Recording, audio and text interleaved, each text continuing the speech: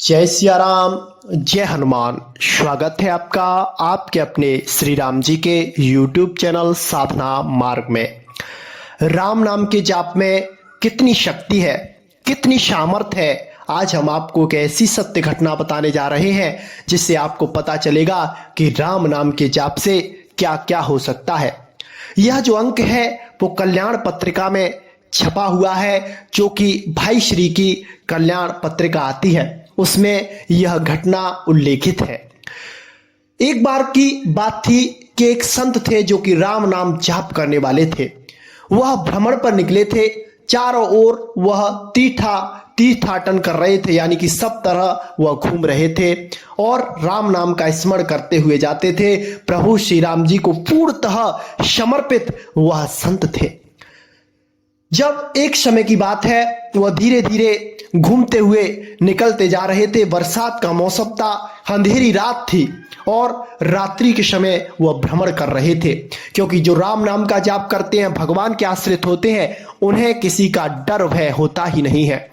वह कुछ दूर आगे जाकर देखते हैं कि एक बट वृक्ष के नीचे मंडली जुड़ी हुई है, वहां पर नाच गाना हो रहा है, दावत हो रही है और भव्यता के साथ वहां पर मदरा मांस इत्यादि का सेवन हो रहा है। जो औरतें हैं वह आदमियों के साथ नाच रही हैं, नृत्य कर रही हैं, और जो मनुष्य हैं जो औरतों के साथ नृत्य कर रहे हैं। यह देखकर श्यामदास जी बहुत आश्चर्यचकित हुए और वहां पर जाकर वह पहुंच गए। जब वो वहां पर पहुंचे तो उन्होंने एक से पूछा कि यह सब क्या हो रहा है। तब एक ने उनसे कहा, जो कि प्रेत थे, उन्होंने कहा कि ये प्रेतों की मंडली है और ये प्रेतों का आज जश्न मनाया जा रहा है। तुम यहां पर क्या कर रहे हो? ये तुम्हारी गलती है, तुम हमारे भजन में भंगा डालने आए हो, यानी कि हमारे जो महोत्सव है, जो हमारा उत्सव है, उसमें तुम भंग डालने आए हो, इसका तुम्हें दंड मिलेगा। इतना कहकर वह प्रेत उन श्यामदास जी महाराज को, जो प्रेतों का राजा था, उसके पास ले जाता है और वहां पर जाकर कहता है कि ये मनुष्य है प्रभु, ये हमारे नाच गाने में भंग डाल रहा है, हमसे तर्क वितर्क कर रहा है, आप इसके बारे में क्या कहते हैं, इसको क्या दंड दिया जाए। तब उस प्रेत के राजा ने मुस्कुराकर उनकी तरफ देखा और कहा कि तुम्हें क्या मरने की जल्दी है? क्यों तुम हमारी भजन ध्यान में, हमारे महोत्सव में विघ्न डालने आए हो? क्या कारण है इसका?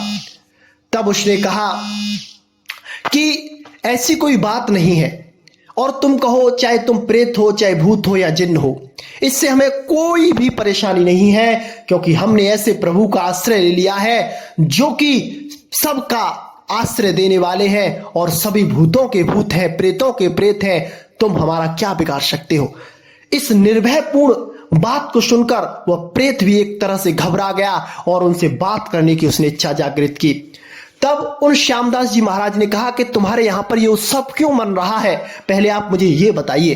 तब उस प्रेत ने कहा कि इस पास में ही एक गांव है, नदी के उस पार, वहां पर एक सेठ का लड़का है जिसने कि बहुत पाप किए हैं, बहुत पाप किए हैं, और उसका कल का मरने का समय आ गया है। और मेरी एक पुत्री है जो कि कुंवारी है, कल उसकी शादी होने वाली है, इसीलिए आज से ही हम महोत्सव मना रहे हैं, आज से ही हम अपने विवाह उत्सव में मग्न है, क्योंकि कल वह शाम को मर जाएगा और वह प्रेत बनेगा, फिर मेरी पुत्री की शादी उससे होगी। इतना सुनकर वह श्यामदास जी महाराज वहां से निकल जाते हैं और उसी गांव में पहुंच जाते हैं और वहां पर जाके पूछते हैं कि यहां पर एक कौन से धनिक व्यक्ति हैं जिनका जो पुत्र है वो लंबे समय से बीमार चल रहा है। तो वहां के लोगों ने जाकर बताया कि ये सेठ है, इनका पुत्र है, वह 1 साल से लगभग भीषण बीमारी से जूझ रहा है, अब उसकी अवस्था बहुत दयनीय हो गई है। वह उसके पास पहुंचे और उसके जो बीमार था उसके ऊपर उन्होंने उसके सर पे हाथ फेरा तो उसके नेत्र खुल गए और वह देखते हैं कि अनंत तेजस्वी राम नाम का जो तेज होता है उनके चेहरे पर निखार के रूप में निखर रहा था। उसे देखकर उसके नेत्रों में आंसू आ गए और कहने लगे कि मेरा तो अंत समय आ गया है, आप महान संत प्रभु श्री राम जी के भक्त हैं, आप मेरा अंतिम समय बनाने आए हैं ना। तब उन संत ने कहा कि बेटा तुमने जो कुछ भी किया उसे भूल जाओ, अब मैं जो तुम्हें बता रहा हूं उसको करो। अब तुम्हारा जो अंत समय चल रहा है उस समय आप मानसिक रूप से राम नाम का जाप करना शुरू कर दो। जितना आपसे मानसिक रूप से राम नाम का जाप हो, चिंतन हो, उतना आप जाप करना शुरू कर दो। यही आपके उद्धार का कारण बनेगा। तो उस लड़के ने राम नाम का जाप करना शुरू कर दिया और जो संत ने विधि बताई थी उसी विधि से वह जाप करने लगा। और जाप में उसकी ऐसी अवस्था हो गई थी कि उसके नेत्रों से अश्रु निकल रहे थे, पीछे की बातें उसे याद आ रही थीं और वह उन्हीं बातों को याद कर करके अपने आप पर ग्लानि मान रहा था और उन संत का हाथ उनके सिर पर था। जैसे ही दूसरा दिन हुआ, जैसे उनके मरने का समय आया, तो उन संत ने नीचे घुटनों के भर बैठकर उसके कान में राम मंत्र की दीक्षा दे दी और वह जो व्यक्ति था वह वहां पर उसके जो प्राण पखेरु थे, अंतिम समय था, वह उसका हो गया और उसका दाह संस्कार क्रिया करवाकर संत मौका देखते ही वहां से निकल आए। दोबारा से वह उसी जगह पर आए जहां पर प्रेतों का महोत्सव हो रहा था। वहां पर आकर उन्होंने देखा कि वहां पर रुदन मच रहा है, सभी लोग रो रहे हैं, आपस में सभी लोग चीख पुकार कर रहे हैं। यह देखकर श्यामदास जी को बड़ा आश्चर्य हुआ और उन्होंने प्रेतों का जो राजा था उससे कहा कि आपके यहाँ पर यह रुदन कैसा, आपके यहाँ पे तो आज आपकी कन्या का विवाह था, वो क्यों नहीं हो रहा है?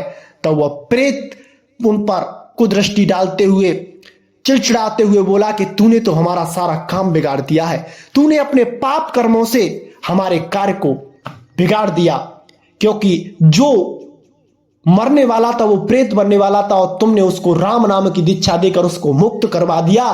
तुमने हमारे साथ बहुत बुरा किया है। यह सब सुनकर संत जी को बड़ा आश्चर्य हुआ कि राम नाम के जाप में इतनी शक्ति है।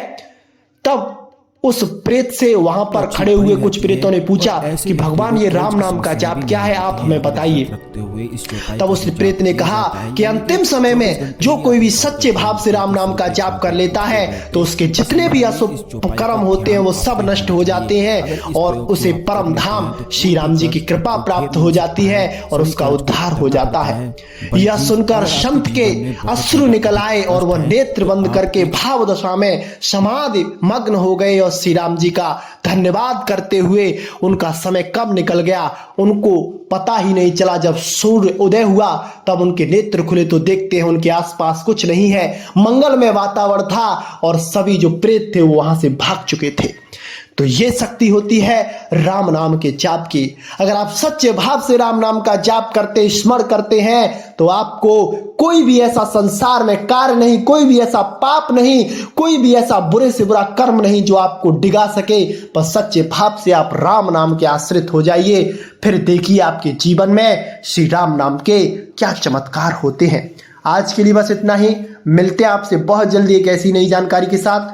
तब तक के लिए जय सिया राम, जय जय हनुमान।